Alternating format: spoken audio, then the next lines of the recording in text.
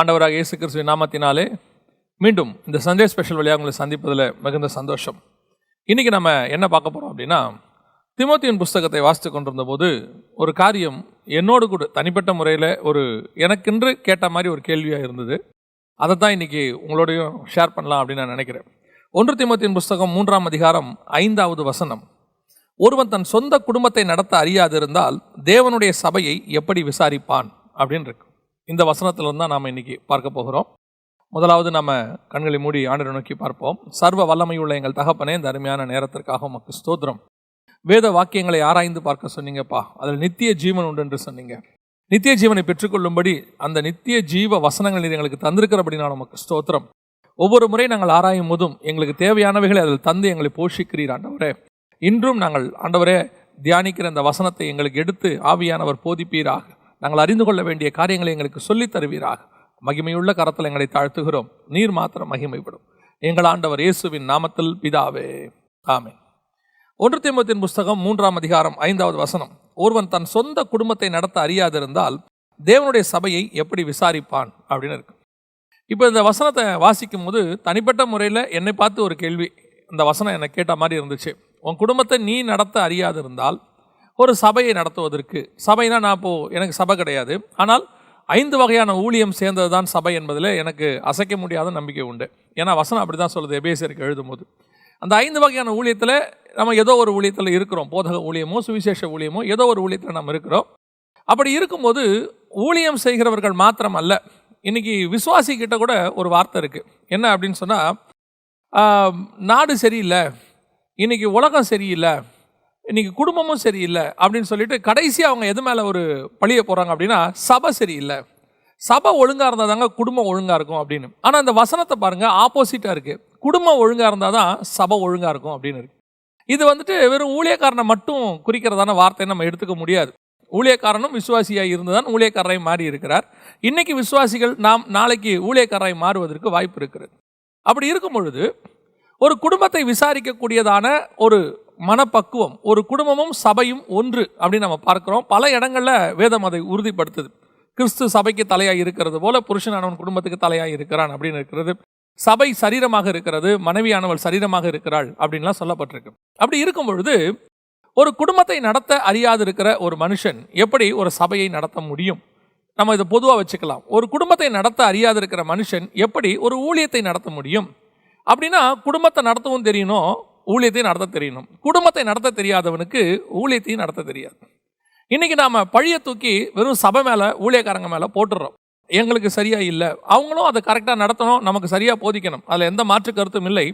ஆனால் ஒரு குடும்பம் எப்படி இருக்கணும், ஒரு குடும்பம் எப்படி நடக்கணும்? இப்போது இதனை கொஞ்சம் ஆவிக்குரிய விதத்தில் கொஞ்சம் எடுத்துக்கொள்ளுங்களேன். நீங்கள் வெறும் ஊழியம் மட்டும் பார்க்காதீங்க. ஒரு ஆர்கனைசேஷன் நடத்துகிறீங்க, இல்லைனா நீங்கள் ஒரு பிஸ்னஸ் நடத்துகிறீங்க, எல்லாம் பண்ணுறீங்க. ஒரு குடும்பத்தை ஒழுங்காக நடத்த முடியாதவங்க பிஸ்னஸை எப்படி ஒழுங்காக நடத்துவீங்க அப்படின்னு கேட்டால், நிறைய பேருடைய வாழ்க்கையில் பாருங்கள், ஃபேமிலி லைஃப் ஃபெயிலியராக இருக்குது, பிஸ்னஸ் பக்கா, அவங்க பிஸ்னஸில் சாதிக்கிறாங்க. ஏன் இன்னும் ஊழியக்காரங்களை கூட பாருங்கள், அவங்களுடைய ஊழிய வாழ்க்கை நல்லா சக்ஸஸாக இருக்குது, ஊழியம் நல்லா விருத்தியாகிட்டே போகுது, ஆனால் குடும்பம் ஃபெயிலியராக இருக்குது. இது நிறைய பேருடைய வாழ்க்கையில் நடைபெற்று கொண்டே இருக்கிறது. என்ன காரணம் அப்படின்னு சொல்லி எனக்கும் ஒரு கேள்வி.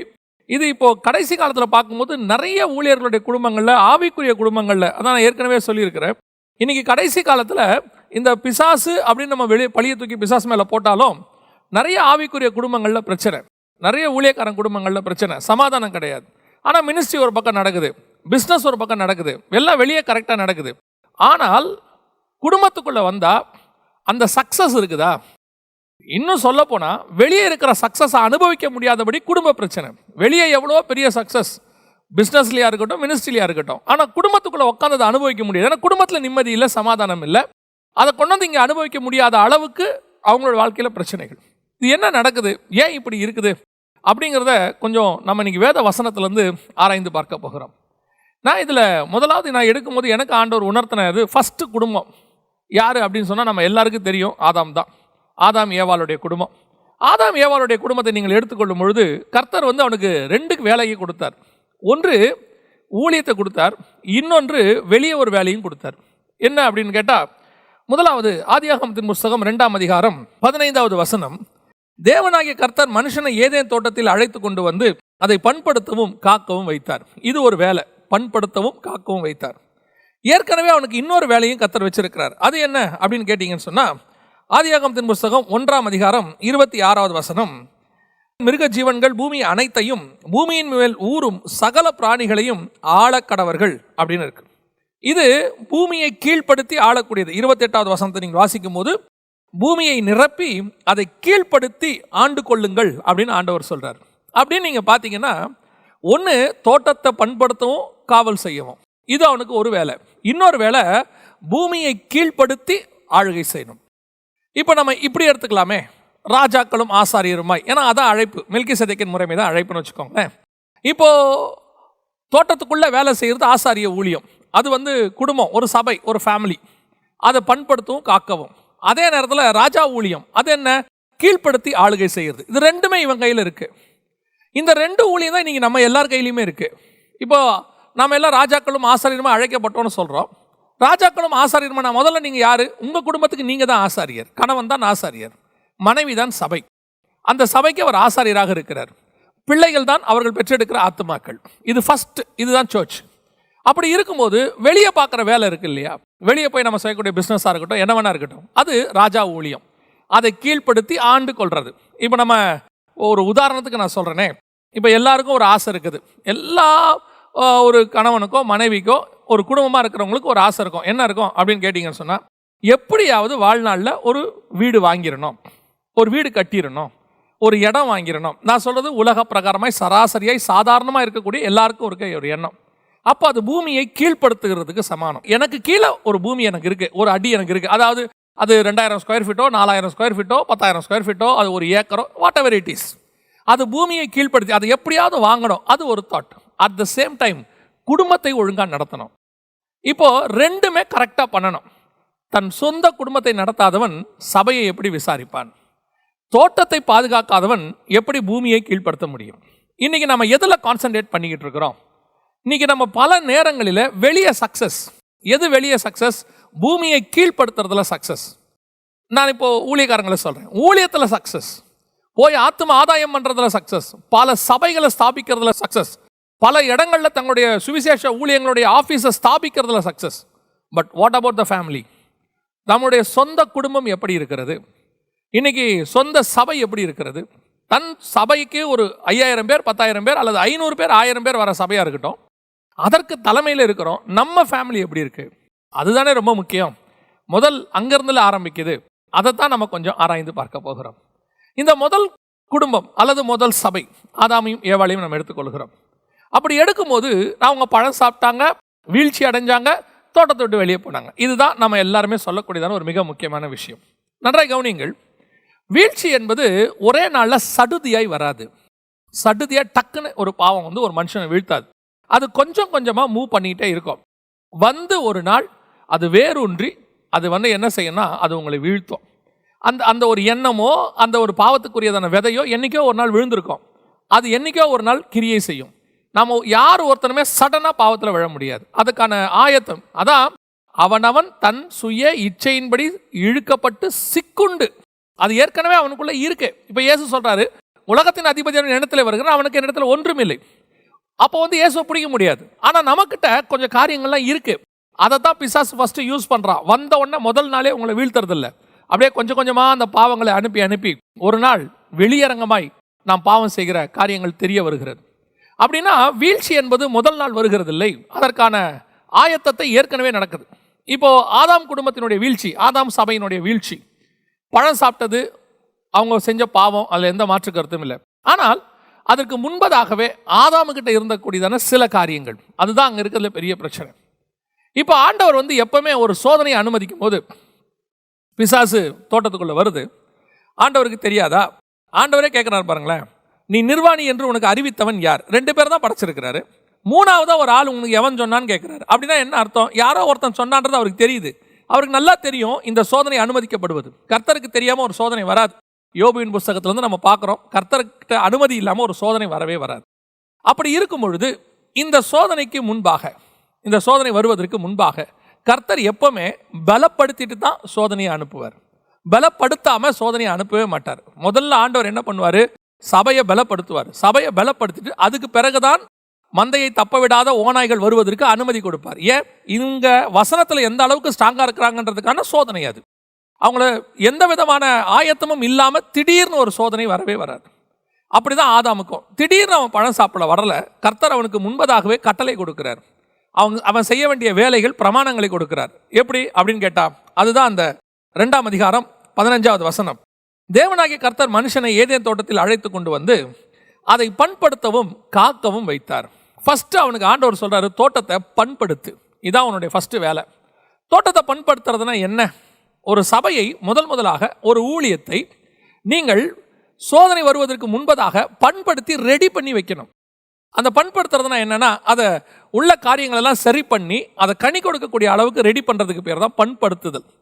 எந்த ஒரு சோதனைக்கு முன்னாடியும் ஆண்டவர் பண்படுத்த சொல்றாரு. நீ பண்படுத்தி வை, சோதனை வரும்போது அது விழாமல் இருக்கும். இப்போ இந்த தோட்டத்தை பண்படுத்தி இருந்தார்னா, என்னுடைய விசுவாசம், இப்போ பிசாசு சோதிக்க வரும்பொழுது அந்த தோட்டம், அந்த சபை, அந்த ஏவாள் பண்படுத்தப்பட்டிருந்த. ஏன்னா இந்த கட்டளை ஆதாமுக்கு தான் கொடுக்கப்பட்டது, ஏவாளுக்கு கொடுக்கப்பட. ஏன்னா இது கொடுக்கும் போது ஏவாள் இல்லை. ஆனால் ஏவாளுக்கு தெரிகிறது. பின்னாடி ஏவாள் சொல்றாங்க, எங்களை புசிக்க வேண்டாம் என்று சொன்னாருன்னு சொல்றாங்க. அப்படின்னா இந்த வசனத்தை அவர் கொடுத்துட்டாரு. ஆதாமுக்கு கொடுக்கப்பட்டதான வசனத்தை அவர் ஏவாளுக்கும் சொல்லிட்டார். ஆண்டவர் இப்படி சொல்லியிருக்கிறாருமா அப்படின்னு சொல்லிட்டார். அப்படி இருக்கும் பொழுது அந்த தோட்டத்தை பண்படுத்த வேண்டிய பொறுப்பு அவர்களுக்கு இருக்கிறது. தோட்டத்தை பண்படுத்தணும்னா என்ன? இப்போ நம்ம குடும்பத்தையும் அதில் வச்சுக்கிறோம். ஒரு ஆவிக்குரிய குடும்பமாக இருக்குது, ஒரு ஊழியக்காரனுடைய குடும்பமாக இருக்கு. அந்த குடும்பத்தை முதலில் பண்படுத்த வேண்டியது அவனுடைய பொறுப்பு. இன்னைக்கு நிறைய ஊழியக்காரனுடைய குடும்பத்தினுடைய வீழ்ச்சி, நிறைய ஆவிக்குரிய குடும்பத்தில் வீழ்ச்சி. அதான் நான் ஆச்சரியமாய் சொல்லுவேன். சில இடங்களில் போகும்போது புறஜாதியாருக்குள்ள இருக்கக்கூடிய குடும்ப ஒத்துமை கூட, அந்த குடும்ப அந்யோன்யம், அந்த கூட்டு குடும்பத்தினுடைய சுபாவங்கள் இன்னைக்கு ஆவிக்குரிய குடும்பங்களில் குறைஞ்சிக்கிட்டே வருது. இன்னைக்கு கணவன் மனைவிக்கு நடுவில் குறைஞ்சிக்கிட்டே வருது. இன்னைக்கு மாமியார் மருமகளுக்குள்ள குறைஞ்சிக்கிட்டே வருது. காரணம் என்ன? புறஜாதியாருக்குள் காணப்படுகிற நல்ல விசேஷங்கள் கூட இன்னைக்கு ஆவிக்குரியவர்களுக்குள்ள குறைந்து கொண்டே வருவதற்கு என்ன காரணம் அப்படின்னு கேட்டா, கர்த்தர் ஏற்கனவே தோட்டத்தை கொடுத்து எல்லாம் செஞ்சு இதை பண்படுத்து. ஃபர்ஸ்ட் அதை நீ செட்டில் பண்ணு, கரெக்ட் பண்ணு அப்படிங்கிறார். பண்படுத்துதல் என்றால் என்ன? ஏசாயா புஸ்தகம் 5ஆம் அதிகாரத்தை நீங்கள் வாசித்து பாருங்கள். 2வது வசனத்துல பண்படுத்துகிற ப்ரொசீஜரை கர்த்தர் சொல்றார். அழகா அந்த இடத்துல சொல்லுவாரு. ஏசாயா 5:1-2, இப்பொழுது நான் என் நேசரிடத்தில் அவருடைய திராட்சை தோட்டத்தை குறித்து என் நேசருக்கேற்ற ஒரு பாட்டை பாடுவேன். என் நேசருக்கு மகா செழிப்பான மேட்டிலே ஒரு திராட்சை தோட்டம் உண்டு, அவர் அதை வேலி அடைத்து. முதலாவது பண்படுத்தோடைய சுபாவம் என்ன? அதை வேலி அடைக்க வேண்டும். 2வது அதில் உள்ள கற்களை பொறுக்கி, நான் ஒன்றொன்றாக இதை எக்ஸ்பிளைன் பண்ணால் உங்களுக்கு பிரோஜனமாக இருக்கும்னு நினைக்கிறேன். முதலாவது வேலி அடைக்கணும். வேலி என்பது என்ன? ஒரு விதமான பாதுகாப்பு. இந்த வேலி அடைக்கிற பொறுப்பு நேசருக்கு இருக்கிறது. அதாவது சபையை, அந்த தோட்டத்தை யார் காவல் காக்கிறாரோ அவருக்கு இருக்கிறது. அந்த செழிப்பான தோட்டத்தை வச்சிருக்கிறவர் இப்போ ஆதாம் கையில் கண்ட்ரோலில் இருக்கு. அப்போ ஆதாம் என்ன பண்ணியிருக்கணும்? இதை வேலி அடைக்கணும். வேலி அடைச்சு, வேலி என்பது என்ன? எந்த ஒரு மிருகமும் உள்ள வராமல் பாதுகாக்கிறது தான் வேலி. அதான் வெரி இம்பார்ட்டன்ட். இப்போ நீங்கள் பாருங்க, ஆதாம் இதில் ஃபெயிலியர் அப்படின்னு நம்ம பார்க்கிறோம். எப்படி சொல்கிறோம்?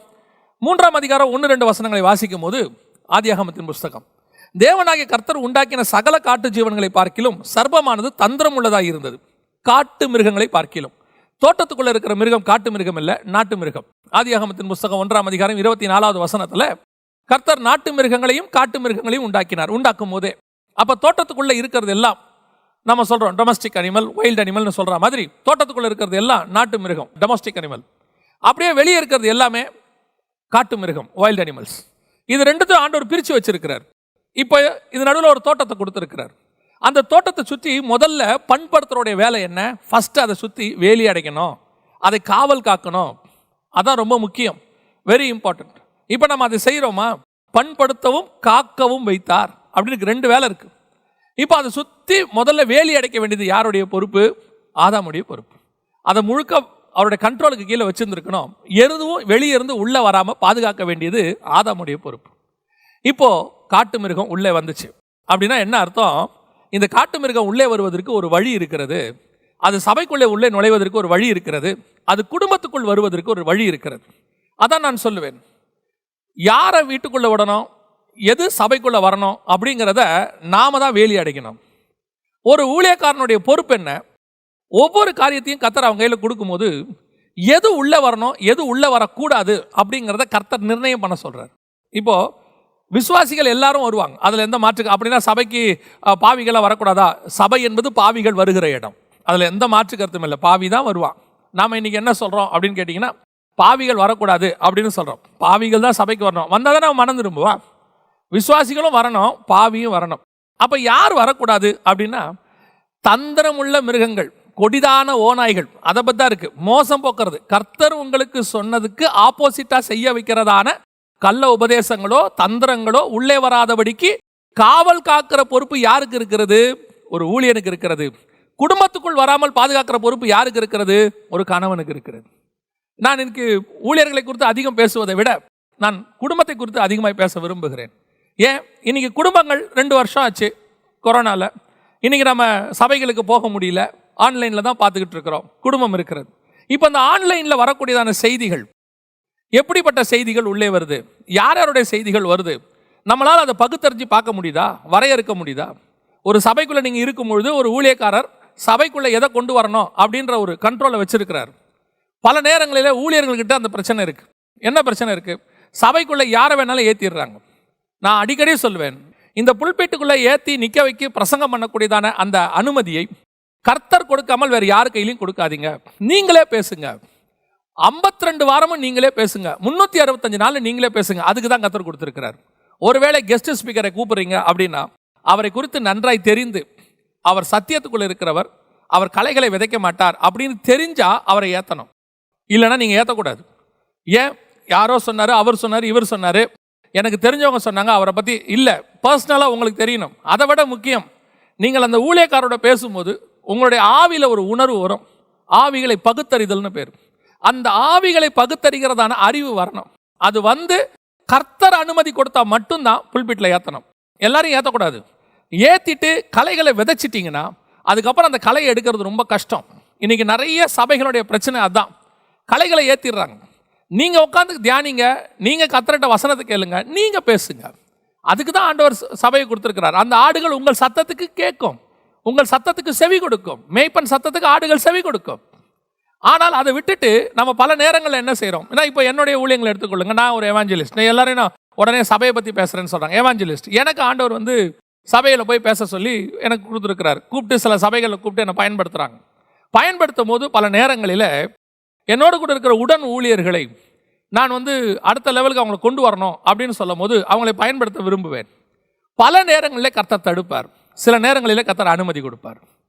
அப்படி கர்த்தர் தடுக்கும் போது அதை நிறுத்திடணும். ஏன்னா அந்த இடத்துல அந்த வசனம் போகக்கூடாது, அல்லது அந்த ஊழியருடைய வசனம் அவர்களுக்கு தேவைப்படாது அப்படின்னு கர்த்தர் ஏதோ ஒரு உணர்வில் தான் நமக்கு உணர்த்துறார், வேண்டாம் அப்படின்னு சொல்லி. அப்போ சொல்லும் போது அதுக்கு கீழ்ப்படியணும். நான் என்ன செய்யக்கூடாது? சரி, இவங்கெல்லாம் பேசட்டும், நம்ம உட்காந்து ஃப்ரீயாக உட்காந்துருக்கலாம் அப்படின்னு நான் நினச்சா நான் மிருகம் உள்ளே வருவதற்கு இடம் கொடுக்குறேன்னு அர்த்தம். கர்த்தர் எனக்கு கொடுக்குற சால்வையை நானாக வேறு யார் கையிலையும் கொடுக்கக்கூடாது, நானாக கொண்டு போய் யார் கையிலையும் போடக்கூடாது. கர்த்தர் போட சொன்னால் ஒழிய. உடன் இருக்கிற ஊழியர்களை பயன்படுத்துவது அவசியம், அவங்களை உருவாக்கணும், அதில் எந்த மாற்று கருத்தும் இல்லை. ஆனால் அது கர்த்தருடைய அனுமதியோடு கூட நடைபெறணும். இன்னைக்கு சபைகளுக்குள்ளே அப்படிப்பட்டவர்களை ஏற்றும் போது ரொம்ப கேர்ஃபுல்லாக இருந்து கொள்ளுங்க. யார் சொன்னாங்க, அவங்க சொன்னாங்க, இவங்க சொன்னாங்கன்னு ஏற்றாதீங்க. அதுவும் இந்த கடைசி காலத்தில் கள்ள உபதேசம் தலைவிரித்து ஆடிக்கொண்டிருக்கிறது. நீங்கள் நினையாத அளவில், அதான் நான் சொல்லுவேன், ஒரு காலத்தில் இந்த செழிப்பின் உபதேசம், ப்ராஸ்பரிட்டி டாக்ட்ரின் அப்படின்னு சொல்லுவாங்க, கிரேஸ், ஹைப்பர் கிரேஸ் இப்படிலாம் சொல்லுவாங்க. இதெல்லாம் மறைமுகமாக சபைக்குள்ளே வந்துக்கிட்டு இருந்துச்சு. அதை தேடி கண்டுபிடிச்சி ஊழியர்கள் தடுத்துக்கிட்டு இருந்தாங்க. இப்போ டைரெக்டாகவே நாங்கள் கிரேஸ் ஊழியக்காரங்க தான், நாங்கள் அப்படி தான் பேசுவோன்னே டைரெக்டாக வரவங்களாம் இருக்கிறாங்க. இப்போ வெளிப்படையாக வர தொடங்கிருச்சு இப்படிப்பட்ட உபதேசங்கள். You must be very careful. இந்த மாதிரி ஆட்கள்கிட்ட குடும்பத்துக்குள்ளே நாம் வருகிறோம். குடும்பம் ஏன் வீழ்ச்சி அடைகிறது? அதை காவல் காக்கவும் வேலி அடைக்க வேண்டிய பொறுப்பு குடும்பத்தில் இருக்குது. இன்றைக்கி ஆன்லைனில் நிறைய செய்திகள் வருது. இன்றைக்கி வீட்டுக்குள்ளே இருக்கிற ஆசாரியனாகிய கணவன்மார் நாம் என்ன செய்கிறோம்? இன்றைக்கி குடும்பத்தை நம்ம எப்படி நடத்துகிறோம்? நீங்கள் ராஜா ஊழியம் பார்க்குறீங்க, எந்த மாற்று கருத்தும் இல்லை. பூமியை கீழ்ப்படுத்தி ஆண்டு கொள்வதற்கு ஓடுறீங்க, வேலை பார்க்குறீங்க, சம்பாதிக்கிறீங்க எல்லாம். பட் இதெல்லாம் எதுக்காக? இவ்வளவும் எதுக்காக?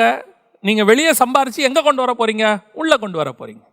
இன்றைக்கி ஆனால் குடும்பம் எப்படி இருக்குது? குடும்பத்தில் உள்ளவங்க எப்படி இருக்கிறாங்க? இன்றைக்கி குடும்பத்துக்குள்ளே அந்த வேலி அடைக்கிற சுபாவம் இருக்குதா? இன்றைக்கி பிள்ளைகளுக்குள்ளே என்ன கள்ள உபதேசம் வருது? வீட்டுக்குள்ளே என்ன? ஏன்னா உங்களுக்கு தெரியாமலேயே காற்று வழியாக உள்ளே வருது. முந்தியாவது மிருகம் உருவமாக வந்துச்சு, இப்போ காற்றுல வருது. ஆன்லைன். இப்போ எல்லாரும் கையிலையும் ஃபோன் இருக்கு. என்ன உபதேசம் கேட்குறாங்க? நான் பல நேரங்களிலே சொல்வேன், சபையை மாறுமா மாறக்கூடாதா, இந்த சபையில் நீங்கள் கடைசி வரைக்கும் இருக்கணுமா அப்படின்னு கேட்பாங்க. நான் சொல்லுவேன், நான் என்னுடைய சபையில் ஏறக்குறைய 19-20 ஆண்டு காலம் எங்கள் சபையில் நான் இருந்தேன். காரணம் என்ன? அங்கே எனக்கு தேவையான வசனங்கள் கிடைக்கிறது. வசனம் கிடைக்காத இடத்தில் இருக்க வேண்டிய அவசியம் இல்லை என்று நான் சொல்லுவேன். ஒரு சபை எதற்காக? நான் அந்த சபையில் வந்துட்டு ஒரு அங்கத்தினர், மெம்பர், நாங்கள் இருக்கிற கடைசி வரைக்கும் நான் அங்கே மெம்பருங்கிறதுக்காக ஒரு சபை கிடையாது. அது குடும்பம் இல்லை. சபை என்பது எனக்கு போதிக்கிறதுக்கு கர்த்தர் உருவாக்கின ஒரு இடம், என்னை உருவாக்குற ஒரு இடம். அங்கே சத்தியமே கிடைக்காது, அங்கே செய்தி கிடைக்காதுன்னா அதுக்கப்புறம் நான் அங்கே உட்காந்து என்ன பிரயோஜனம்? அங்கே உட்காந்து அவங்க மற்ற கதைகளை பேசிக்கிட்டு இருப்பாங்கன்னா அதை கேட்கறதுக்கு நான் அங்கே இல்லை. அப்போனா ஒரு கணவனுக்கு தெரியணும், அந்த சபை சத்தியத்தில் வளர்கிற சபையாக இருந்து, ஏன்னா அவனுடைய சந்ததி அதில் வளரணும், அவனுடைய பிள்ளைகள் வசனத்தில் வளர்க்கப்படணும், கர்த்தருக்குள்ள அவங்க வளரணும். அப்போதான் அடுத்த ஜெனரேஷன் கர்த்தருக்குள்ள இருக்கும். அப்போ அந்த குடும்பத்தினுடைய ஆசாரியன் ஆகிய கணவனுக்கு நல்லா தெரியணும், இப்போ இங்க வசனம் கிடைக்குதா, இந்த இடத்துல வசனம் கிடைக்குதான்னு பார்க்கணும். இன்னைக்கு குடும்பத்துக்குள்ள எப்படி ஆவிக்குரிய ஸ்டாண்டர்ட் எப்படி இருக்குது, எந்த விதத்திலையாவது கள்ள உபதேசம் உள்ள வருதா? பல நேரங்களில் இந்த கள்ள உபதேசத்தை இருக்கக்கூடியதான ஊழியர்கள் கொஞ்சம் பேர் இருப்பாங்க. இவங்க வீடு வீடாக வருவாங்க. பல நேரங்களில் கணவன் வீட்டில் இருக்க முடியாது பாருங்க, அவர் வேலைக்கு போறவராக இருப்பார். அப்போ மனைவியானவள் அதனால தான் ஏவாள்கிட்ட அந்த இம்பார்ட்டன்ஸ் இருக்குது. மனைவியானவள் அந்த கள்ள உபதேசம் வீட்டுக்குள்ள வராதபடிக்கு, ஏவாள் அதில் ஃபெயிலியர், கள்ள உபதேசத்துக்கு இடம் கொடுத்துட்டாங்க. உள்ளே வரும்போது கர்த்தர் சொன்ன உபதேசத்துக்கு ஆப்போசிட்டான உபதேசத்தை அவர் அக்செப்ட் பண்ணிட்டாங்க. அதனால தான் மனைவி கிட்ட அவன் பேசுகிறான். கர்த்தர் ஒரு வேலையை கொடுத்து இப்போ கணவன் வேறு வழி இல்லை, கணவன் வேலைக்கு போக வேண்டியிருக்கு. அப்போ மனைவி இருக்கும் பொழுது அங்கே மனைவி கிட்ட தான் இந்த மாதிரி ஆட்கள்லாம் வருவாங்க, வீட்டுக்கு வருவாங்க, 2 பேராக வருவாங்க. அப்படி வரும்போது நீங்கள் அதில் ரொம்ப கேர்ஃபுல்லாக இருக்கணும். வருகிறது வலு சர்ப்பமா என்பதை நீங்கள் உணரணும். அது ஓனாயான்னு உங்களுக்கு தெரியணும். இல்லை உண்மையிலேயே சிங்கத்தினுடைய கர்ஜிக்கிற சிங்கம் போல பிசாசு எவனை விழுங்கலாம் என்று வகை தேடி சுற்றி திரிகிறான். இன்னைக்கு கள்ள உபதேசத்தை எடுத்துக்கொண்டு வீடு வீடாய் வருகிறார்கள். தோட்டத்தை பாதுகாக்க வேண்டியது, வீட்டை பாதுகாக்க வேண்டியது உங்களுடைய மிக முக்கியமான குடும்பம். உங்கள் ஆவிக்குரிய ஸ்டாண்டர்ட் அதில் தான் இருக்குது. இன்னைக்கு நீங்கள் பூமியை கீழ்ப்படுத்தி ஆளுகை செய்கிற ராஜா ஊழியத்தை மாதிரி போய் வேலை செஞ்சு வீடு வாசல் சம்பாரித்து கார் வாங்க, பணம் சேர்க்க, பிள்ளைகளோட எதிர்காலத்துக்கு அதை பண்ண இதை பண்ண படிக்க வைக்க, அதெல்லாம் ஓகே, அது வெளியே, வீட்டுக்கு வெளியே. ஆனால் வீட்டுக்கு உள்ள பாம்பு வந்திருக்குதா, அதை செக் பண்ண வேண்டியது உங்களுடைய பொறுப்பு. அதுக்கு டெய்லி வீட்டில் குடும்ப ஜபம் இருக்கணும். கூடி உட்காந்து ஜபம் பண்ணும் போது தான் இதெல்லாம் தெரியும். அந்த ஜபத்திலேயே உங்களுக்கு இது புரிய வரும்.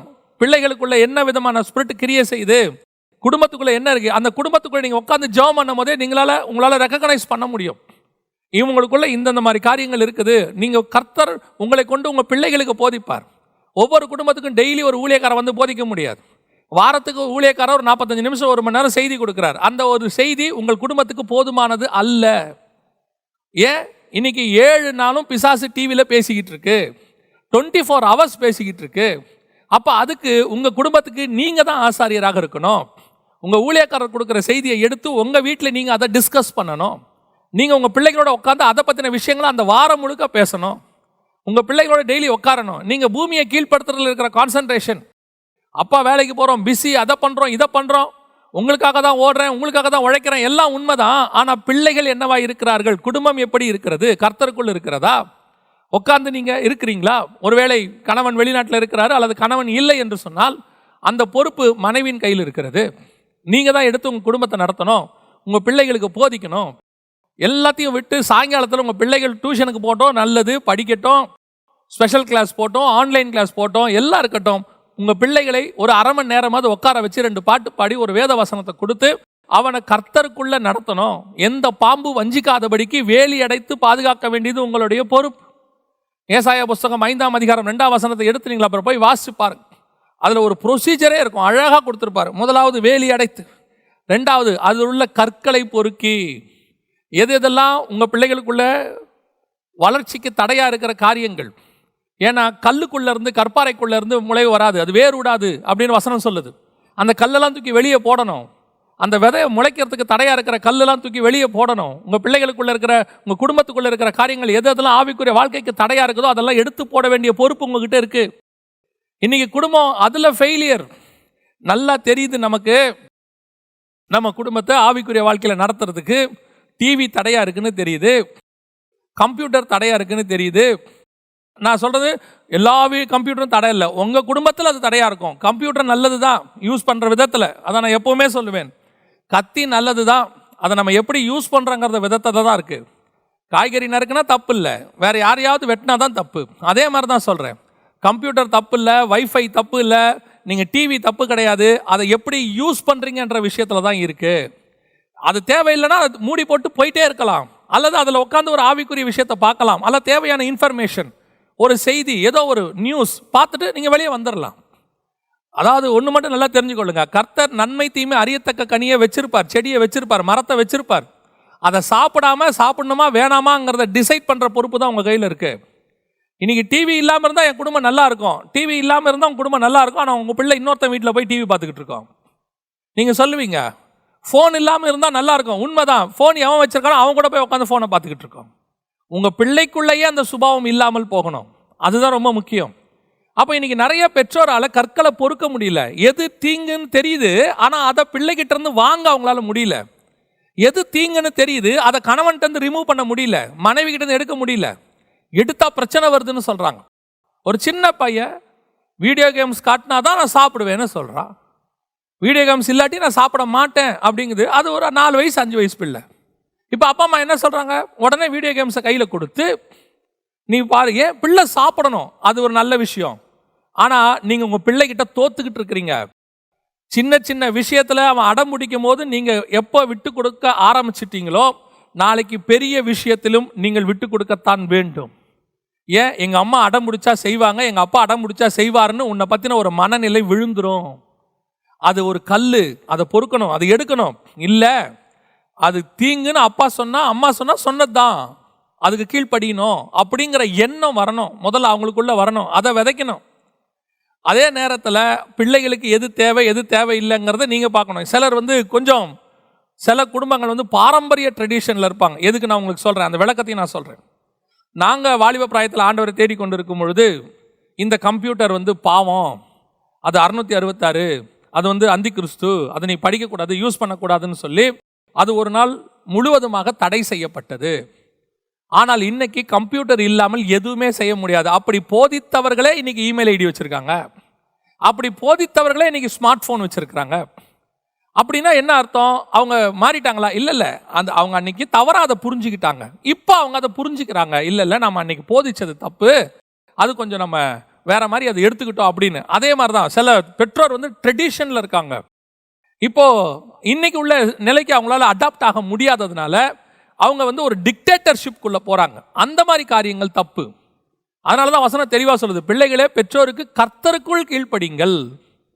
இன்னைக்கு நாம எந்த கல்லை பொறுக்கிறோம் அப்படிங்கிறது ரொம்ப முக்கியம். பிள்ளைகளுக்கு சொல்லி கொடுங்க, இது தேவை, இது தேவையில்லை. ஒரு காலத்தில் நீங்களே பிள்ளைக்கு ஃபோனை கொடுக்கக்கூடாதுன்னு நம்மளே சொன்னோம்.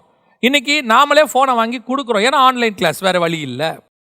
ஃபோனை கொடுக்க வேண்டிய இடத்துல இருக்கிறோம். ஏன்னா அவங்களுடைய ஸ்டடி மெட்டீரியல்ஸே அவங்களுக்கு வாட்ஸ்அப் வழியாக தான் டீச்சர்ஸே அனுப்புகிறாங்க.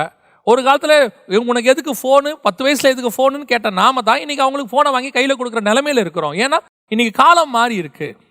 அப்படி கொடுக்கும்போது எதுக்கு அந்த ஃபோனு, என்ன ஃபோனில் வருது, அதை பார்க்கறது ஒரு தப்பும் இல்லை. நல்லா தெரிஞ்சுக்கொள்ளுங்க, குறிப்பிட்ட காலம் வரைக்கும் பிள்ளைகளுக்கும் நமக்கும் நடுவில் ப்ரைவசின்னு ஒன்று கிடையாது. பிள்ளைகள் நம்முடைய பிள்ளைகள். எப்படி ஒரு ஏஜ் லிமிட் வர வரைக்கும் பிள்ளைகள் நம்ம கூடயே தான் படுத்திருப்பாங்க. ஒரு 18 வயசு 20 வயசு ஆகும்போது அவங்க தனியாக போய் படுக்கிறாங்க, ஒரு ப்ரைவசி வருது. அந்த மாதிரி தான் நான் உங்களுக்கு சொல்கிறேன். ஒரு லிமிட் வரைக்கும் நம்ம பிள்ளைகள் நம்ம கண்ட்ரோலில் தான் இருக்கணும். நம்ம அவங்க என்ன பண்ணுறாங்க நமக்கு தெரிஞ்சிருக்கிறது தப்பே கிடையாது. நமக்கு தெரியாமல் ஒரு விஷயத்தை அவங்க செய்ய வேண்டிய அவசியமே இல்லை. உங்கள் பிள்ளைகள் ஃபோனில் பேட்டர்ன் போட்டுக்கிட்டோம், பாஸ்வேர்ட் போட்டுக்கிட்டோம், தப்பே கிடையாது. அந்த பாஸ்வேர்டு உங்களுக்கு தெரிஞ்சிருக்கணும், அவ்வளோதான். அது தெரியாமல் வைக்கிறது தான் தப்பு. ஏன் தெரியக்கூடாதுங்கிறது தான் கேள்வி. உங்களுக்கு தெரியாமல் ஒரு ப்ரைவசி அந்த ஃபோனில் தேவையில்லை. அதை தான் நான் உங்களுக்கு சொல்ல வரேன். பிள்ளைகள் அவங்களுக்கு தேவையான சுதந்திரத்தை கொடுங்க, அந்த சுதந்திரம் உங்கள் கண்ட்ரோலுக்கிட்ட இருக்கட்டும். கவர்மெண்ட் நமக்கு சுதந்திரம் கொடுத்துருக்கு, அதுக்கு நம்ம எல்லாமே செய்ய முடியாது, ஒரு லிமிட் இருக்கு. அதே தான் நான் உங்களுக்கு சொல்ல வரேன். குறிப்பிட்ட காலகட்டம் வரைக்கும் சில வேலி அடைத்து உங்கள் பிள்ளைகளுக்குள்ள கற்களை பொறுக்க வேண்டியது உங்களுடைய பொறுப்பு. ஆண்டவர் சொல்றாரு, பண்படுத்தி வேலி அடைத்து அதை பாதுகாக்க வேண்டும். ரொம்ப இம்பார்ட்டன்ட். இன்னைக்கு ஆதாமுடைய குடும்பத்தில் அந்த வேலி இல்லை, இன்னைக்கு சபைகளுக்குள்ள அந்த வேலி இல்லை, அந்த பண்படுத்துகிற சுபாவம் இல்லை. இப்போ பாருங்க, அடுத்து என்ன செய்யறாரு, அதை வேலி அடைத்து கற்களை பொறுக்கி நற்குல திராட்சை செடிகளை நட்டு, அதான் ரொம்ப இம்பார்ட்டன்ட். அங்கே சில நல்ல விதைகளை போடணும், நல்ல திராட்சை செடியை நடணும், நல்ல ஆவிக்குரிய கர்த்தருடைய உடன்படிக்கைகளை பிள்ளைகளுக்கு சொல்லிக் கொடுக்கணும். இன்னைக்கு வீடுகளுக்குள்ள என்ன சொல்லி கொடுக்குறோம்? சயின்ஸு, ஹிஸ்டரி, இன்ஜினியரிங், டாக்டர், நீட்டு, இப்பவே எல்லாம் ஜிமேட்டு எல்லாம் இப்பவே நம்ம எல்லாம் பிளான் பண்றோம். நல்லது, நான் உங்களை குற்றமா சொல்லவே இல்லை. ஆனால் நற்குல திராட்சை செடிகளை நட்டிருக்கிறீங்களா? உங்க பிள்ளைகளுக்குள்ள ஆவிக்குரிய விதத்துல எந்த அளவுக்கு நீங்க ஸ்ட்ராங்கா இருக்கிறீங்க? எவ்வளவு விதைகளை விதைச்சிருக்கிறீங்க? கர்த்தரை பத்தினதான அறிவு எவ்வளவு இருக்கு? இந்த உலகத்தினுடைய அறிவு பெருக்கம் நிச்சயமாய் நோய்களின் பெருக்கம் தான். வேதம் அப்படிதான் சொல்லுது, அறிவு பெருக்கம், நோய் பெருக்கம். இந்த அறிவு பெருக்கம் ஒரு நாள் ஒரு இடத்துல போய் முட்டிட்டு நிற்கும். நான் படிக்க வேணான்னு சொல்லலை, நான் எப்பவுமே சொல்லுவேன் படிக்க வேணான்னு சொல்ல, படிப்பு 2வது இடம். பணம் வேணான்னு சொல்லலை, பணம் 2வது இடம். பொருள் வேண்டான்னு சொல்லலை, பொருள் 2வது இடம். வேலை வேணாம்னு சொல்ல, வேலை 2வது இடம். ஃபர்ஸ்ட் ஆண்டவருக்கு தான் ப்ரிஃபரன்ஸ்.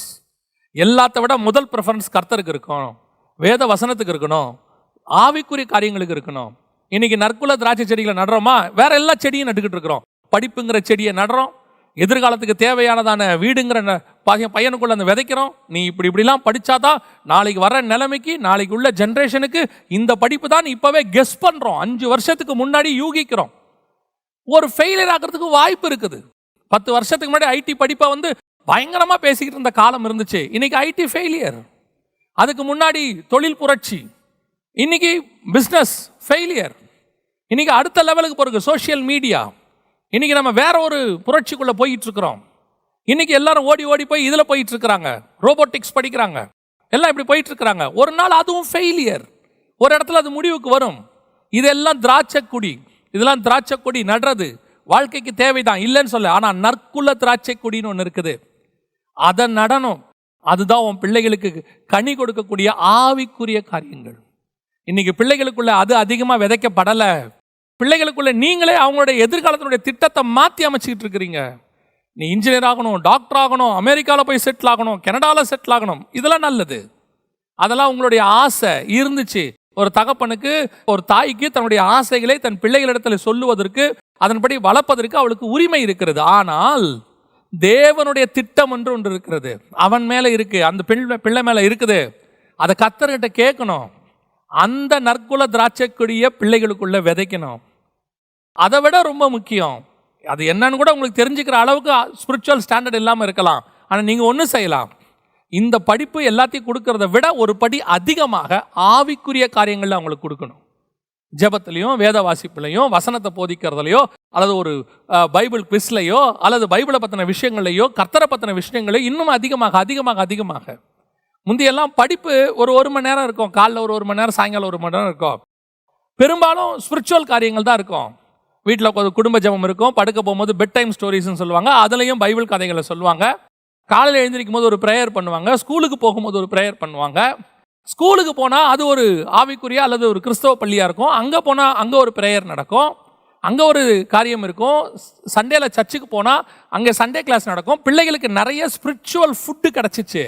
இப்போ எல்லாமே ஸ்டாப்பு, சர்ச்சையும் இல்லை, சண்டே கிளாஸும் இல்லை. இப்போ நீங்கள் ஸ்கூலுக்கு போனாலும் அந்த அளவுக்கு ஸ்பிரிச்சுவல் ஸ்டாண்டர்ட் உள்ள ஸ்கூல்ஸும் குறைஞ்சிருச்சு.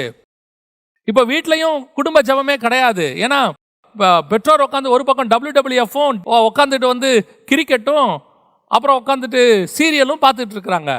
வீட்டில் பெற்றோர் பெரியவங்க தாத்தா பாட்டி கிடையாது, எல்லாரையும் கொண்டு போய் ஓல்டேஜ் ஹோமில் சேர்த்து விட்டாச்சு. பெட் டைம் ஸ்டோரி சொல்கிறதுக்கும் ஆள் இல்லை. இப்போ பையன் என்ன பண்ணுறான், வீடியோ கேம்ஸில் இருந்துட்டு இருக்கான். கேட்டால் நம்ம என்ன சொல்கிறோம், அவங்க என்ன செய்வாங்க, அவங்களுக்கு போர் அடிக்குது. போர் அடிக்காமல் நீங்கள் வச்சுக்கோங்க, போர் அடிக்காமல் உங்களால் வைக்க முடியும். அதுக்கு நீங்கள் சில சாக்ரிஃபைஸ் பண்ண வேண்டி இருக்கு. உங்கள் குடும்பத்தில் நற்குல திராட்சை செடியை நடணுமே. நீங்களே உட்காந்து என்ன நடக்கிட்டு இருக்கிறீங்க, ஒரு பக்கம் டிவி பார்த்துக்கிட்டு இருக்கிறீங்க, அவன் ஒரு பக்கம் ஃபோனை வச்சுக்கிட்டு என்ன பண்ணுறான், அவன் உட்காந்து வீடியோ கேம்ஸ் விளையாடிக்கிட்டு இருக்கிறான். நற்குல திராட்சை செடிகள் நடப்படலை. ரொம்ப கேர்ஃபுல்லாக இருந்து கொள்ளுங்க. ஏசாயா 5ஆம் அதிகாரம் 2வது வசனத்தை கொஞ்சம் உட்காந்து நீங்கள் தியானிங்க. அதில் ஒவ்வொன்றும் ஒவ்வொரு விஷயம் இருக்கு. நற்குல திராட்சை செடிகளை நட்டு அதன் நடுவில் ஒரு கோபுரத்தை கட்டி ஒரு ஆலயம் உண்டு பண்ணி நல்ல பழங்கள் தரும் என்றதான் ஸ்பிரிச்சுவல். ஒரு கோபுரத்தை கட்டி ஒரு ஆலையை உண்டு பண்ணி, இதெல்லாம் அடுத்தடுத்த ஸ்பிரிச்சுவல் காரியங்கள் அங்கே இருக்கு. இது எல்லாத்தையும் நம்ம செய்யணும். இதுதான் ஒரு தோட்டத்தை பண்படுத்துதல்.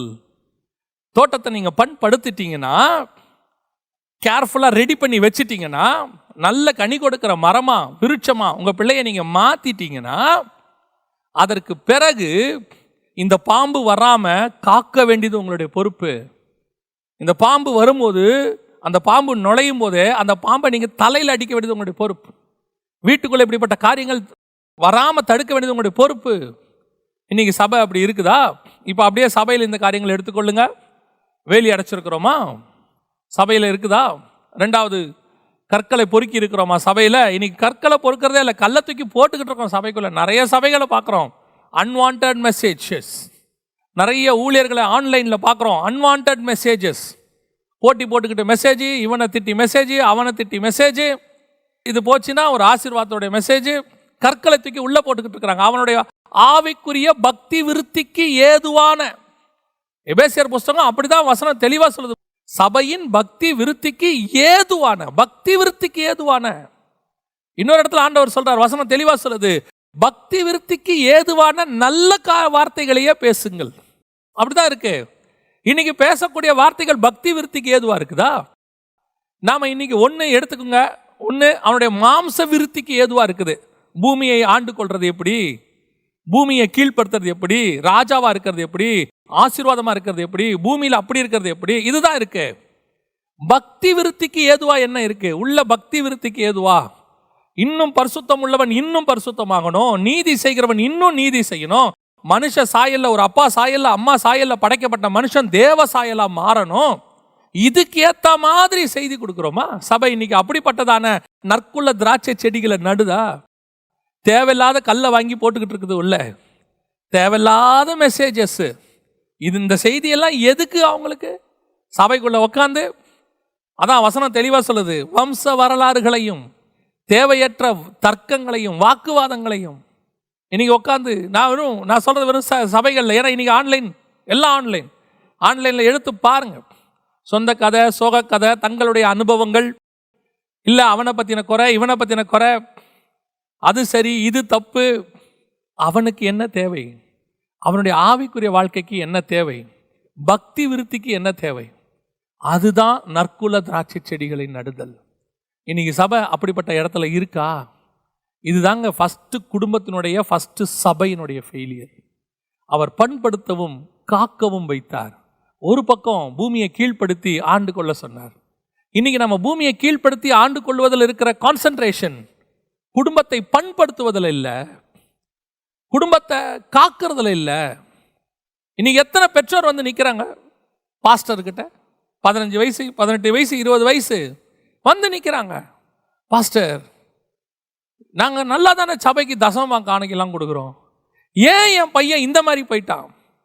சபைக்கு தசமமாக காணிக்க கொடுக்கறதுக்கும் பையன் தப்பான பாதைக்கு போகிறதுக்கும் என்ன சம்பந்தம்? நீங்கள் சொல்லுங்க. அப்போ நீங்கள் பையன் தப்பான பாதைக்கு போகக்கூடாது, பொண்ணு தப்பான பாதைக்கு போகக்கூடாதுன்னு சபையில் காணிக்க போட்டீங்களா? கர்த்தர் உங்களை ஆசீர்வதித்தார், அதனுடைய பலனை கொண்டு வந்து அவருக்கு திருப்பி கொடுத்தீர்கள். அதுக்கு இதுக்கு என்ன சம்பந்தம்? இதுக்கு என்ன காரணம்? இங்கே கொடுக்க வேண்டிய போதனை சபையில் கொடுக்கப்படுது. அதை கொண்டு போய் நற்குல திராட்சை கொடிய செடியா உன்னுடைய குடும்பத்தில் நட்டு அதை பண்படுத்தி பாதுகாக்க வேண்டிய பொறுப்பு யார் கையில் இருக்கு? பெற்றோர் கையில் இருக்கு, கணவன் கையில் இருக்கு, மனைவி கையில் இருக்கு. இன்னைக்கு நாம் அந்த குடும்பத்தை பண்படுத்தவும் இல்லை, காவல் காக்கவும் இல்லை. நான் இன்னும் வெறும் ஸ்பிரிச்சுவலா மட்டும் சொல்றேன், ஆவிக்குரியத்தையும் தாண்டி உலக பிரகாரமாயும் சொல்றேன். இன்னைக்கு நிறைய குடும்பத்தில் என்ன நடக்குதுன்னு பெற்றோருக்கு தெரியாது, என்ன நடக்குதுன்னு கணவனுக்கு தெரியாது, என்ன நடக்குதுன்னு மனைவிக்கு தெரியாது. நீங்கள் கூப்பிட்டு கேட்டு பாருங்க, உங்கள் குடும்பத்தில் நடக்கிற விஷயங்களை கேட்டு பாருங்க. அவர் ரொம்ப பெருமையாக அந்த கணவன் ஒரு வார்த்தை சொல்லுவார், நான் காலையில் 6 மணிக்கு போனேன்னாங்க நைட்டு 10 மணிக்கு தான் வருவேன், எல்லாமே என் மனைவி தான் பார்த்துப்பாங்க. அதாவது அவர் மனைவியை வந்து உயர்த்தி பிடிக்கிறாரு. இதை கேட்கறதுக்கு அவங்களுக்கும் எப்படி இருக்குது அப்படின்னு கேட்டிங்கன்னு சொன்னால் சந்தோஷமாக இருக்குது.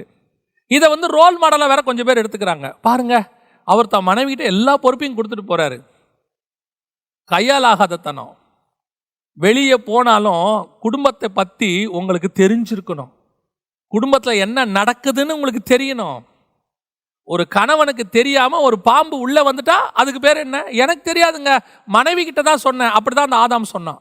அவன் சொன்னான், ஆண்டவரே எனக்கு தெரியாது, நீர் கொடுத்த ஸ்திரீயானவள், அவ புசிக்க கொடுத்தா அதனால நான் புசிச்சேன், ஏன்பா இப்படி நடந்துச்சுன்னு கேட்டா தட்டி கழிக்கிறான். பாருங்க, இன்னைக்கு நிறைய கணவன் அப்படிதான் தட்டி கழிக்கிறது, மனைவியை தட்டி கழிக்கிறது.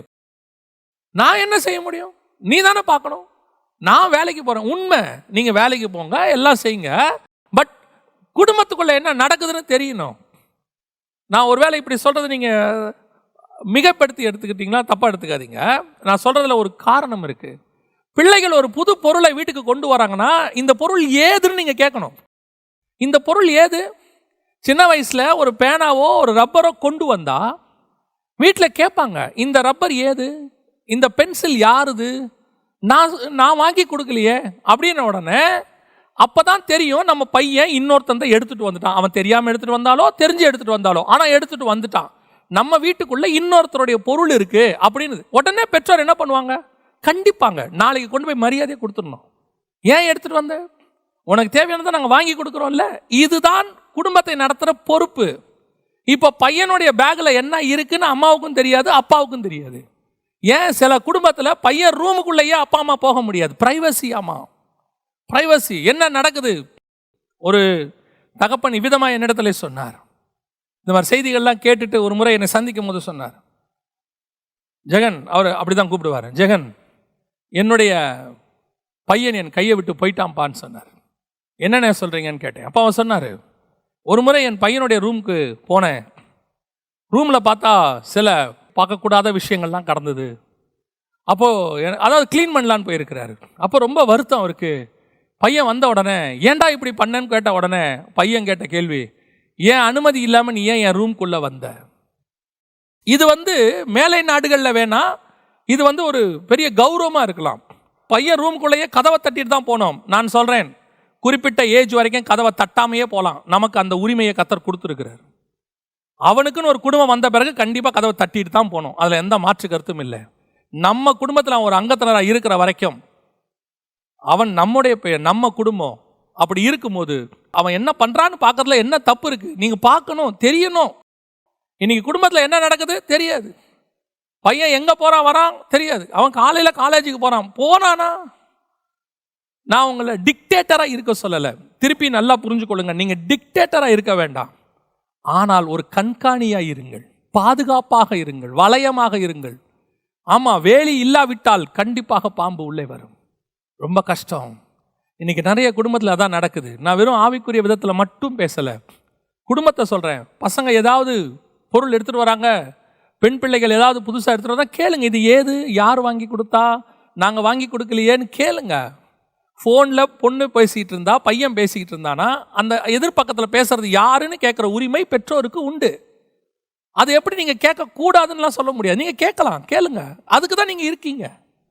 அது ஒன்றும் தப்பு கிடையாது. உங்கள் பிள்ளையை நீங்கள் சந்தேகப்பட வேண்டாம், சந்தேக கண்ணோட பார்க்க வேண்டாம். பாதுகாப்பாக இருங்க. ஏன்னா இது என்னுடைய குடும்பம், கர்த்தர் என்ன நம்பி கொடுத்துருக்கிறாரு. சொந்த குடும்பத்தை விசாரிக்காதவன் தனக்கு கொடுக்கப்பட்ட இன்னொரு பொறுப்பு இருக்கு இல்லையா, அது சபையோ ஆஃபீஸோ விசாரிக்க முடியாது. எத்தனை பேருடைய லைஃப் உலகத்தில் சக்ஸஸ் தெரியுமா? எத்தனை பேருடைய வாழ்க்கை உலகத்தில் பயங்கரமான சக்ஸஸ்.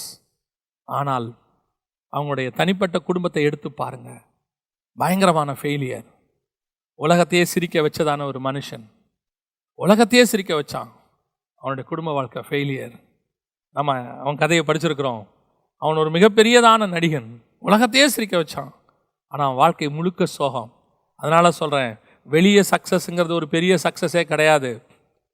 ஆண்டவர் கொடுத்துருக்கிறது முதல்ல உன் குடும்பத்தை கொடுத்துருக்கிறார். அது ஃபெயிலியர் ஆகிட்டு வெளியே நீ என்ன சக்ஸஸ் பண்ணி என்ன பிரயோஜனம் சொல்லுங்கள்? உலகம் உன்னை தூக்கி வச்சு கொண்டாடட்டும். ஆனால் குடும்பத்தில் இன்னைக்கு எத்தனையோ பேருடைய ஆவிக்குரிய குடும்பம் அப்படி தான் போயிட்டுருக்கு. நீங்கள் ஒப்பு கொடுத்து ஜெபம் பண்ணுங்க, ஆண்டவரே என் குடும்பத்தை பண்படுத்தவும், என் குடும்பத்தை வேலி அடைத்து பாதுகாக்கவும் எனக்கு ஞானத்தை கொடுங்கப்பா, எனக்கு சொல்லி கொடுங்கப்பான்னு சொல்லுங்க. இன்னும் ஒரே ஒரு காரியத்தை நான் சொல்லிவிட்டு முடிக்க விரும்புகிறேன். கரெக்டாக ஆண்டவர் அவனை உருவாக்கிட்டு இந்த வேலையை கொடுத்துட்டு அவர் சொல்கிற இன்னொரு வார்த்தை என்ன அப்படின்னு கேட்டிங்கன்னா, 18வது வசனம், 15வது வசனத்தை தோட்டத்தை உண்டாக்கி அவனை அதில் வச்சு வேலையை சொல்லிட்டு 18ல் சொல்கிறாரு, மனிதன் தனிமையாக இருப்பது நல்லதல்ல, ஏற்ற துணையை அவனுக்கு உண்டாக்குவேன் என்றார். மனைவியை உண்டாக்குவேன்னு சொல்லலை, நல்லா தெரிஞ்சுக்கொள்ளுங்க, இது நீங்கள் தப்பாக புரிஞ்சுக்காதீங்க. ஏற்ற துணையை உண்டாக்குவேன். இந்த ஏற்ற துணை எதுங்கிறத ஆதாம் கண்டுபிடிக்கணும். அதனால கர்த்தர் என்ன பண்ணுறாரு, ஏற்ற துணையை உண்டாக்குவேன்ட்டு ஏவாளை உண்டாக்கலை, உடனே அவன் விழாவிலேருந்து எடுக்கலை. முதல்ல என்ன பண்ணுறாரு, ஆதாமை உருவாக்கி அவனை கொண்டாந்து வச்சுட்டு ஏற்ற துணையை உண்டாக்குவேன்னு சொல்லிட்டு இப்போ ஒவ்வொரு மிருகமாக கொண்டாடுறாரு. தான் உண்டாக்கின எல்லாத்தையும் கொண்டாடுறாரு. எல்லாத்தையும் கொண்டு வந்து இது எல்லாத்தின் மேலையும் ஆதாமுக்கு ஒரு எண்ணம் வரணும், இது எதுவுமே எனக்கு ஏற்றதில்லை. ஏன் அதுக்கப்புறம் ஏவாளை கொண்டு வந்து கொடுக்கும்போது இது எனக்கு ஏற்றது அப்படின்ற எண்ணம் மட்டும் இல்லை, இதை தவிர எனக்கு இந்த உலகத்தில் ஏற்றது வேற இல்லைங்கிற எண்ணம் அவனுக்கு வரணும். ஏவாள் எனக்கு ஏற்றது மட்டும் அப்படிங்கிற எண்ணம் இல்லை, ஏவாளை தவிர வேற எதுவுமே எனக்கு ஏற்றதில்லை. அதனாலதான் கர்த்தர் என்ன பண்ணிடுறாரு, முன்னாடியே எல்லாத்தையும் கொண்டு வந்து காட்டிடுறாரு. ஏற்ற துணையை உண்டாக்குவேன்னு சொல்லிட்டு எல்லாத்தையும் கொண்டு வந்து காட்டுறாரு. அத்தனையும் இப்போ காட்டிட்டு சொல்றாரு, ஆதாமுக்கோ ஏற்ற துணை இன்னும் உண்டாகவில்லை. ஏன்? எல்லாத்தையும் காட்டியாச்சுப்பா. இப்போ ஆதாம் மைண்ட்ல நல்லா ஏத்திட்டாரு. ஆதாம், மரம் இருக்கு, பறவை இருக்கு, மிருகம் இருக்கு, ஊரும் பிராணி இருக்கு, காட்டு மிருகம், நாட்டு மிருகம் எல்லாத்தையும் கொண்டாந்துட்டேன். பார்த்துட்டியா? பார்த்துட்டேன். இது எதுவுமே உனக்கு ஏற்றதில்லை. கரெக்ட், ஆமா ஆண்டவரே, இது எதுவுமே எனக்கு ஏற்றதா இல்லை. இப்போ ஒன்று கொடுக்குறேன் பாரு, இதுதான் உனக்கு ஏற்ற துணை. இப்ப ஆதாமுக்கு ஏவாள் ஏற்ற துணை என்கிற எண்ணம் மட்டும் இல்லை, ஏவாளை தவிர வேறு துணை எனக்கு ஏற்றது இந்த பூமியிலேயே கிடையாதுங்கிற எண்ணம் இருக்கணும். அதுக்கு தான் கர்த்தர் ஃபர்ஸ்ட் கொண்டு அதை காட்டிட்டார். எல்லாத்தையும் காட்டிட்டார். அதைத்தான் நான் உங்களுக்கு சொல்ல வரேன். இன்னைக்கு ஆண்டவர் உன்னை கொண்டு வந்து ஒரு நல்ல குடும்பத்தை கொடுத்து, ஒரு சபையை கொடுத்து, எல்லாத்தையும் கொடுத்த போது உனக்கு ஒரு எண்ணம் வரணும், இது எனக்கு ஏற்ற துணையா கர்த்தர் கொடுத்திருக்கிறார்னு மட்டும் இல்லை, இதை தவிர வேறு ஏற்ற துணை எனக்கு இல்லைங்கிற எண்ணம் உனக்கு வரணும். அதுதான் ரொம்ப முக்கியம். இந்த தாட், இந்த ஆல்டர்னேட் தாட் உனக்கு வரவே கூடாது. இது கர்த்தர். இது இல்லை, இன்னொரு விஷயமும் இருக்கு. ஆதாமுக்கு ஏற்ற துணை ஏவாள், ஏவாளுக்கு ஏற்ற துணை ஆதாம். அந்த தாட் அந்த அம்மாவுக்கும் வரணும். இப்ப நமக்கு ஆண்டவர் ஏற்ற துணை அப்படின்ற ஒரு எண்ணம் நமக்கு வரணும். கர்த்தருக்கு தெரியும் சபை தான் எனக்கு ஏற்ற துணை. அதனால அவர் விழாவிலிருந்து இப்ப எடுத்திருக்கிறாரு. நமக்கு அந்த எண்ணம் இருக்குதா? ஏவாளாகிய நமக்கு அந்த எண்ணம் இருக்குதா? என் தேவன் தான் எனக்கு ஏற்ற துணை. இப்போ சொல்லணும், நான் தனியா இருப்பது நல்லதல்ல, ஏன்னா என் ஏற்ற துணை கர்த்தர். இந்த பூமியில இருக்கிற எல்லாத்தையும் ஆண்டவர் காட்டிட்டு சொல்றாரு, இது எதுவும் உனக்கு ஏற்ற துணை இல்லை. இந்த பூமியில இருக்கிற பணமோ, ஆஸ்தியோ, சம்பாத்தியமோ, வீடோ, அல்லது வேற எந்த ஒரு காரியமோ, பட்டமோ, பதவியோ, புகழோ, அல்லது இந்த உலகத்திலேயே மிகப்பெரியதான போஸ்டிங்கோ, வாட் எவர் இட் இஸ், இது எதுவுமே எனக்கு ஏற்ற துணை கிடையாது. அதனால தான் கர்த்தர் ஃபர்ஸ்ட் எல்லாத்தையும் காட்டிடுறாரு. எல்லாத்தையும் காட்டிட்டு இப்போ சொல்றாரு, இப்போ ஒன்று கொடுக்குறேன் பாரு, இதுதான் உனக்கு ஏற்ற துணை. அவனுக்கு தெரியணும், ஏவாள் மட்டும் அல்ல, வேற எதுவும் இல்லை. அதுதான் ரொம்ப முக்கியம். இப்போ உங்களுக்கு தெரியணும், இயேசுதான் எனக்கு ஏற்ற துணை, அவர் மட்டும் அல்ல, வேற எதுவும் கிடையாதுன்னு அர்த்தம். இந்த பூமியில் இருக்கிற எதுவும் எனக்கு ஏற்ற துணை கிடையாது, அவர் ஒருவரே எனக்கு ஏற்ற துணையாக இருக்கிறார். இந்த எண்ணம் வந்தாதான் உங்களுக்குள்ள ஒரு சக்சஸ்ஃபுல்லான ஃபேமிலி, சக்சஸ்ஃபுல்லான சர்ச். அதுதான் ரொம்ப முக்கியம். இந்த குடும்பத்தை விசாரிக்கிறது எப்படி விசாரிக்கணும்? சொந்த குடும்பத்தை, உன்னை எனக்கு கர்த்தர் கொடுத்திருக்கிறாரு, நீ எனக்கு ஏற்ற துணைங்கிறது மட்டுமல்ல, உன்னை தவிர வேறு துணை இல்லைங்கிற எண்ணம் வரணும். there is no alternate. இந்த எண்ணம் வரணும். அதுக்கு தான் ஆண்டவர் ஃபர்ஸ்ட் எல்லாத்தையும் காட்டிட்டார். எல்லாத்தையும் காட்டி முடிச்சுட்டு, இதெல்லாம் இல்லை, இந்த இப்ப தரேன். இது ஆதாமுக்கு ஏவாள் மட்டுமல்ல, ஏவாளுக்கும் இதே தான் ஃபார்முலா. ஏவாள், உனக்கு ஏத்த துணை இந்த பூமியில் இருக்கிற எதுவுமே கிடையாது, ஆதாம் மட்டும். அதே தான் உங்களுக்கு சொல்றேன், நமக்கு இந்த பூமியில் இருக்கிற எதுவும் அல்ல, இயேசு மட்டும். அவர்தான் ஏற்ற துணை. இந்த எண்ணம் உனக்கு வந்துடுச்சுனாலே நீ உன்னை நம்பி கொடுத்த குடும்பத்தை கரெக்டாக நடத்துவ. உன்னை கொடுத்த குடும்பத்தை, இந்த தாட்டு கணவனுக்கும் வரணும், மனைவிக்கும் வரணும். ஆனால் என்ன இங்கே பிரச்சனை அப்படின்னு கேட்டா, இப்போ உடனே இதுக்கு பின்னாடி நிறைய பேர் வந்து கேட்குறாங்க. என்ன கேட்பாங்க? நான் கரெக்டாக தான் இருக்கேன், ஆனால் அவர் சரியில்லை. நான் கரெக்டாக தான் இருக்கேன், என் மனைவி சரியில்லை. இதுக்கு அவங்ககிட்ட ஒரு 1000 காரணம் இருக்குது, இவங்ககிட்ட ஒரு 10,000 காரணம் இருக்குது. இது வந்து ஒரு பெரிய ப்ராசஸ். திருமணம் பண்ணுறதுக்கு முன்னாடியே இதை யோசிக்கணும். திருமணம் பண்ணுறதுக்கு முன்னாடியே யோசித்து தேவ சமூகத்தில் கேட்டு கர்த்தர் சொன்னதை பண்ணியிருக்கணும். அவர் சொன்னாங்க, இவங்க சொன்னாங்க, ஏன் பாஸ்டர் சொன்னாங்கன்னு பண்ணி கூட வீணாக போனவங்க எத்தனையோ பேர் இருக்கிறாங்க. கர்த்தர் சொன்னாரா, அப்படி பண்ணுறது தான் நான் உங்களுக்கு சொல்கிறேன். அதுதான் தி பெஸ்ட். இப்போ பண்ணிட்டீங்க, நோ மோர் சாய்ஸ். இப்போ அடுத்து வேறு வழி இல்லை, இதுதான் ஏற்ற துணையாக கர்த்தர் மாற்றி கொடுப்பார். அது கர்த்தரால முடியும். கொஞ்ச நாள் ஆகும், அவ்வளோதான். கொஞ்சம் என்ன செய்வாங்க உங்களுக்கு தெரியும்னு நினைக்கிறேன். ஒரு நட்டு இருக்குது, ஒரு போல்ட் இருக்குது. இப்போ நெட்டு போல்ட்டு வாங்கியாச்சு, இதை மாற்ற முடியாதுன்னா என்ன பண்ணணும்? ஒன்று இது சைஸுக்கு ஏற்ற மாதிரி இதை மாற்றணும், இல்லை இதை சைஸுக்கு ஏற்ற மாதிரி இதை கொஞ்சம் பெருசாக்கணும். அது ஒரு ப்ராசஸ், கொஞ்ச நாள் ஆகும். பொறுமையோடு காத்திருக்கணும். காத்திருந்து அது வரணும். எத்தனையோ பேர் இப்போ சாட்சி சொல்கிறாங்க. ஒரு சிலர்லாம் எத்தனையோ வருஷம் கழிச்சு கணவன் மாறி வந்திருக்கிறாரு, அவர் போயிட்டாரு அவர் அவ்வளோதான் டிவோர்ஸ் கேட்டார் எல்லாம் சொல்கிறாங்க. ஆனால் ஒரு நாள் வந்தது, நாங்கள் சொல்கிறோம் ஜெபம் பண்ணுங்க, ஆண்டவர் செய்வார், கண்டிப்பாக செய்வார். ஒரு சில நேரத்தில் சில சகோதரிகள் வந்து எங்களுக்கு சொல்கிறாங்க, அவர் டிவோர்ஸ் கேட்டு என்னை வற்புறுத்துறாரு, நான் டிவோர்ஸ்க்கு என்ன பண்ணுறது அப்படின்னு. நான் சொல்கிறேன், டிவோர்ஸ் கொடுக்காதீங்க, அவர் கொடுத்தா அவர் அப்ளை பண்ணால் பண்ணிட்டு போட்டோம், அது அவர் இஷ்டம். நாம் கர்த்தருக்கு முன்பாக நிற்கிறோம், உண்மையாக நிற்கிறோம். எனக்கு வேண்டாம், எனக்கு ஆண்டவர் சொன்னது அவ்வளோதான், நான் இப்படியே தான் இருப்பேன் சொல்லி பாருங்க. அவர் கொடுக்குறாரு, அவர் வாங்குறாரு, அது அவர் இஷ்டம், அவருக்கும் கர்த்தருக்குரியது, அது அவரே போட்டோம். ஆனால் நான் நம்புகிறேன், ஒரு நாள் அந்த மனுஷனை மாற்றி கர்த்தர் கொண்டு வருவார். நிறைய பேர் மாறி வந்திருக்கிறாங்க, ஏற்ற துணைன்னு புரிஞ்சுக்கிட்டு வருவாங்க. அதை தான் நான் உங்களுக்கு சொல்கிறேன். உங்களுக்கு அந்த தாட் இருக்கணும், இது ஃபஸ்ட்டு தேவன் கொடுத்ததாக இருக்கணும், ஏன்னா இது தேவன் உண்டாக்கின துணை. இந்த 3 காரியங்கள் ரொம்ப முக்கியம், வெரி வெரி இம்பார்ட்டன்ட். முதலாவது, நீங்கள் தோட்டத்தை பண்படுத்தவும் காக்கவும் வைக்கப்பட்டீர்கள். நீங்கள் தோட்டத்தில் பழம் சாப்பிட்டு சந்தோஷமாக இருக்கணுங்கிறது ரெண்டாவது, எல்லாவற்றையும் நீங்கள் புசிக்கலாங்கிறதுலாம் அப்புறம். ஃபஸ்ட்டு நீங்கள் பண்படுத்தவும் காக்கவும் வைக்கப்பட்டீர்கள், அதான் ரொம்ப முக்கியம். உங்களுக்கு கொடுக்கப்பட்ட குடும்பம் அருமையான குடும்பம், கர்த்தர் உங்களை நம்பி கொடுத்துருக்கிற சர்ச் ரொம்ப அருமையானது, உங்களுக்கு நம்பி கொடுத்துருக்கிற ஊழியம் ரொம்ப முக்கியம். அதை விட முக்கியம் கர்த்தர் கொடுத்துருக்கிற குடும்பம். அதை முதல்ல பண்படுத்துங்க, கர்த்தருக்குள்ளே பண்படுத்துங்க, அதை வேலி அடைங்க, கற்களை பொறுக்குங்க, நற்குல திராட்சை செடிகளை நடுங்க, நட்டு கர்த்தருக்கென்று நல்ல கனிகளை கொடுக்கறதா மாற்றுங்க. அதற்கு பிறகு அதை சுற்றி காவல் காருங்க, எந்த பாம்பும் உள்ளே வந்துடாதபடி பாதுகாத்து கொள்ளுங்க. தைரியமாக ஆண்டவருக்காக நில்லுங்க. ஆண்டவர் உங்கள் குடும்பத்தையும் ஆசீர்வதிப்பார், உங்கள் ஊழியத்தையும் அல்லது உங்கள் வேலையையும் அதையும் ஆசீர்வதிப்பார். ரெண்டுமே இருக்கணும். ஒன்று ஆசீர்வாதமாக இருந்து ஒன்று ஆசீர்வாதம் இல்லாமல் போச்சுன்னா கஷ்டம். ரெண்டுமே ஆசீர்வாதமாக இருக்கணும். ரெண்டும் ஆசீர்வாதமாக இருந்துச்சுன்னா அதுதான் சரியான வளர்ச்சி, அதுதான் சரியான ஆசீர்வாதம். ஸ்பிரிச்சுவலி ராஜாவும் நீ இருக்கணும், ஆசாரியனாகவும் இருக்கணும். இந்த 2 ஆசீர்வாதமும் இருந்தால் தான் நல்லது. வெறும் பூமியை கீழ்ப்படுத்தி நீ ராஜாவாக இருந்து தேவனுக்கு முன்னாடி நீ இல்லாமல் போயிட்டீங்கன்னா கஷ்டம். தேவ சமூகத்தில் ஒப்பு கொடுங்க. எந்த இடத்துல உங்கள் குடும்பத்தில் நீங்கள் வீக்காக இருக்கிறீங்கன்னு பாருங்கள், எந்த இடத்துல பிள்ளைகளுக்கும் உங்களுக்கும் நடுவில் கேப் இருக்குன்னு பாருங்கள், எந்த இடத்துல கணவனுக்கும் மனைவிக்கு நடுவில் கேப் இருக்குன்னு பாருங்கள், எந்த இடத்துல ஆவிக்குரிய விதத்தில் குடும்பம் குறைவாக இருக்குன்னு பாருங்கள். கர்த்தர் உங்களை ஆசீர்வதிக்க வல்லமையுள்ளவராக இருக்கிறார். சரி பண்ணுங்க, நாம் ஜெபம் பண்ண போகிறோம். எல்லாம் ஒப்பு கொடுப்போமா? தேவ சமூகத்தில் கண்களை மூடுவோமா? சர்வ வல்லமையுள்ள எங்கள் தகப்பனே, இந்த அருமையான நேரத்திற்காக உமக்கு ஸ்தோத்திரம். எங்களை நம்பி கொடுத்திருக்கிறதான குடும்பத்திற்காக, ஊழியத்திற்காக உமக்கு நன்றி.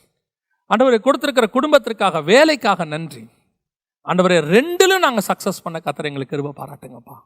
1ல் ஜெயித்து 1ல் நாங்கள் தோல்வியுற்றால் அது சரியான வெற்றியாக இருக்காது. ஆண்டவரை, நாங்கள் தோட்டத்துக்குள்ளேயும் இருக்கணும், நாங்கள் கர்த்தருக்குள்ளேயும் இருக்கணும்.